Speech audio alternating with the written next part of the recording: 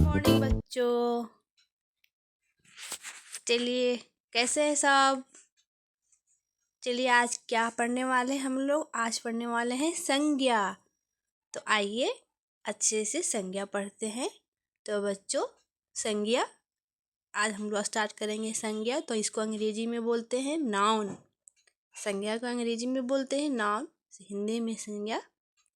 बच्चे, किसी भी नाम, जितने भी नाम हैं, सजीव निर्जीव वस्तु जो भी है, सब हर चीज़ का एक अपना अपना नाम होता है और नाम वाले चीज़ ही संज्ञा कहलाते हैं। जैसे इस चित्र में देखिए, कितने सारे बच्चे खेल रहे हैं। बॉल है, फूल है, तितली है, झूला झूल रहा है कोई बच्चे, फव्वारा है। ये सब क्या है? एक नाम है, और नाम ही क्या होता है? संज्ञा। ठीक है, इस चीज को ध्यान से देखिए। एक बगीचा है, बगीचे के बीच बीच एक बड़ा फव्वारा चल रहा है।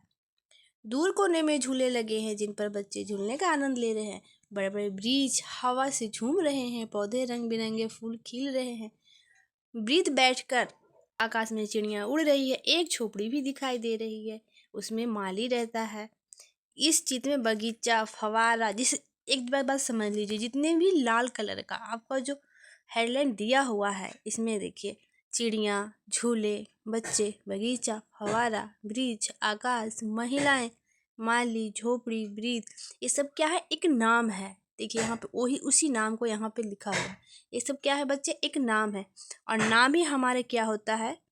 देखिए, किसी न किसी की पहचान बता रहे हैं और आनंद से महसूस होने के लिए प्रयुक्त हो रहा है। इन सब का नाम क्या है? संज्ञा है। ठीक है, तो आइए संज्ञा की परिभाषा जानते हैं। अर्थात किसी व्यक्ति, वस्तु, स्थान या भाव के नाम को संज्ञा कहते हैं। किसे कहते हैं बच्चों? मेरे साथ।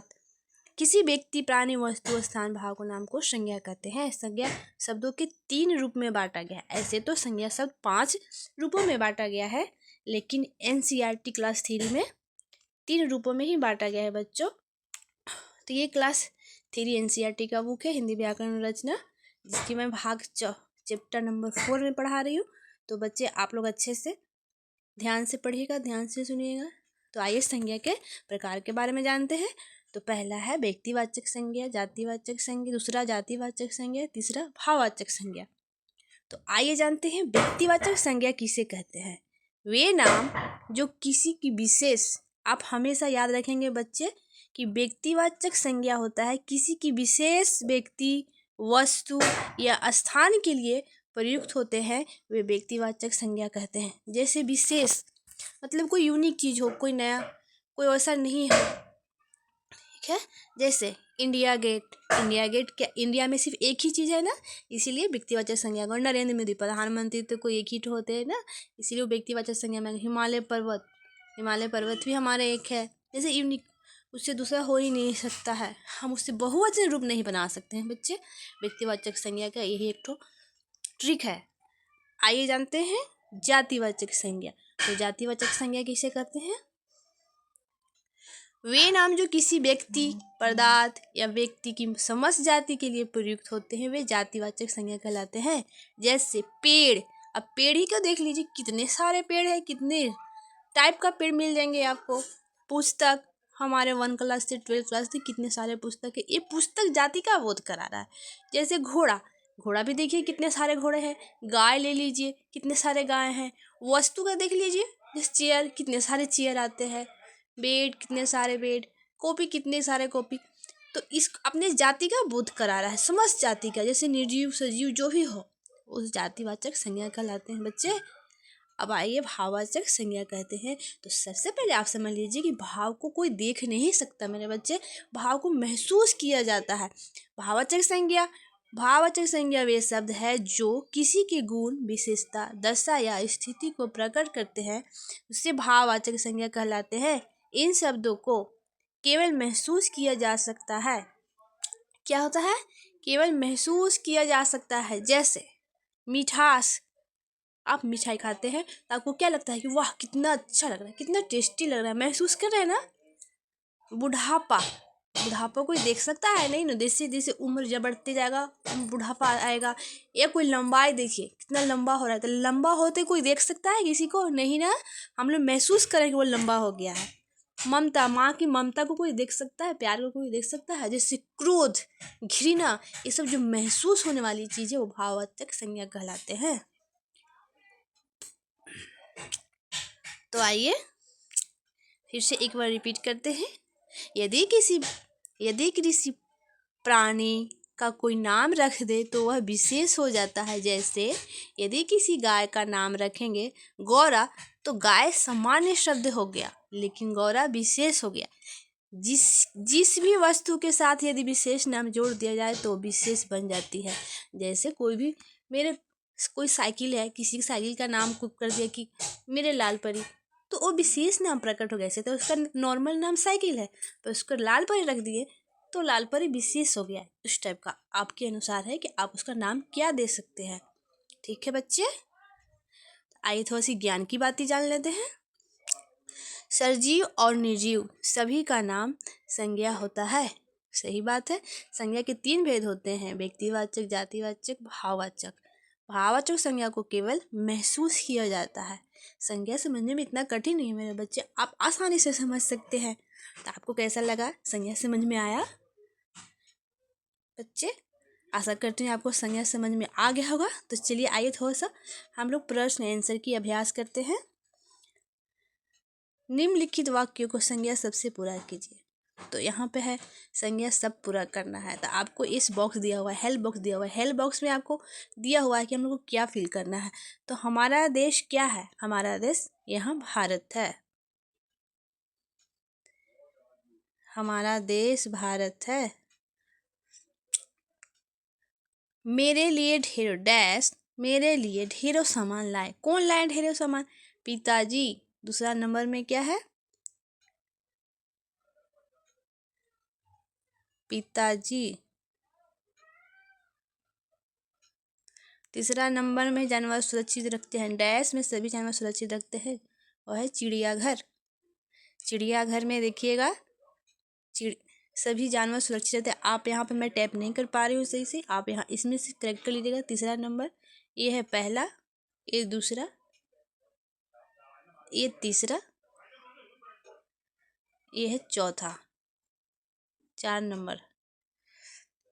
बुराई, बुराई से घृणा करो, मनुष्य से नहीं। बच्चे हमेशा याद रखिएगा, किसी कोई भी मनुष्य से हमें घृणा नहीं करनी चाहिए, क्योंकि सब में अपने आप अनमोल है। सभी का मन अलग अलग होता है, हम किसी के मन को नहीं पलट सकते हैं। तो हमें किसी इंसान से घृणा नहीं करनी चाहिए, गरीब हो या अमीर। बच्चे हमें ये बात समझ में रखनी चाहिए। ठीक है। तो जिस जंतर मंतर में कुछ संज्ञा, निम्न जंतर मंतर में कुछ संज्ञा शब्द है, इन्हें संज्ञा के भेद के अनुसार अलग अलग कीजिए। मैं यहाँ पे आपको संज्ञा अलग अलग कर देती हूँ, आप आगे जाके इसमें फिल करना होगा आपको। जैसे सागर, सागर क्या है? जातिवाचक संज्ञा, जातिवाचक संज्ञा। ठीक है। सीढ़ियाँ, कितने सारे सीढ़ियाँ बनती है, ये भी है जातिवाचक। ठीक है, जातिवाचक।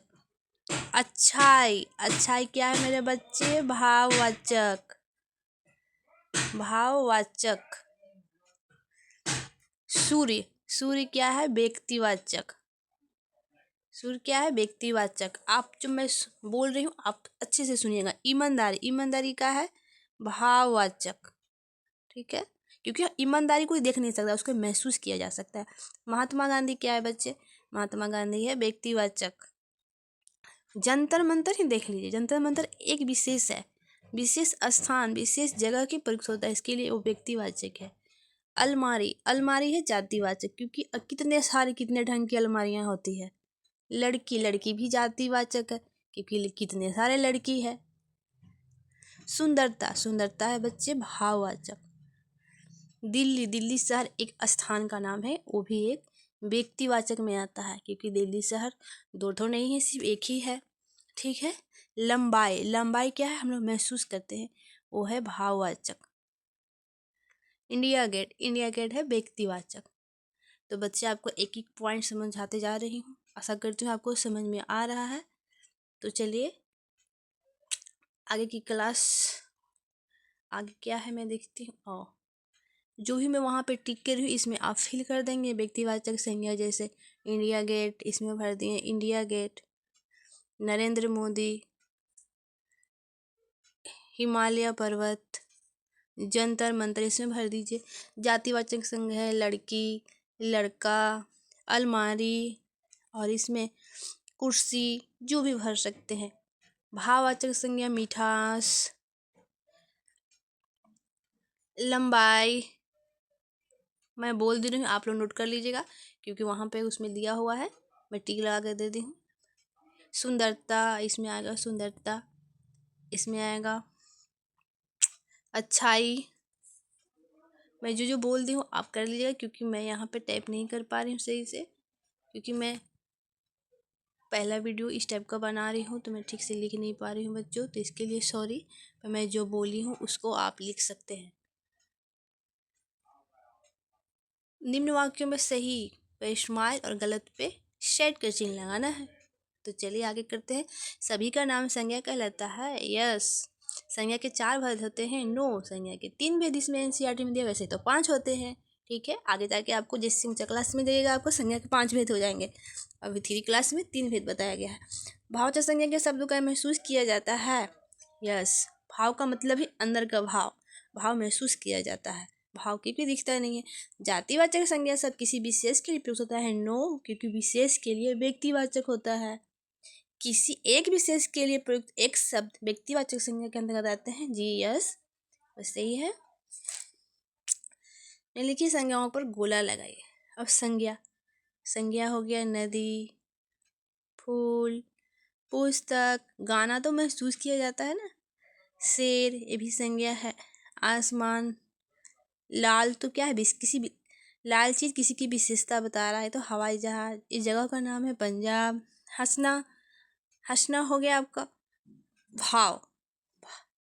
मॉल, ये सब क्या है, संज्ञा है, ये सब भाववाचक संज्ञा है। आशा करती हूँ बच्चों आपको ये क्लास पसंद आई होगी, संज्ञा पसंद आई होगी। देखते रहिए, इसी तरह बने रहिए फ्यूचर हिंदी क्लासेस में, बने रहिए दोस्तों।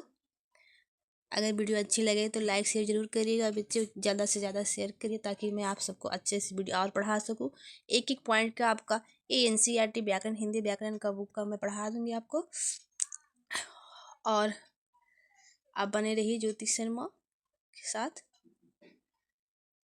देखिए चैप्टर नंबर 4 है, आप यहाँ से बुक कर सकते हैं। बाय बाय बच्चों।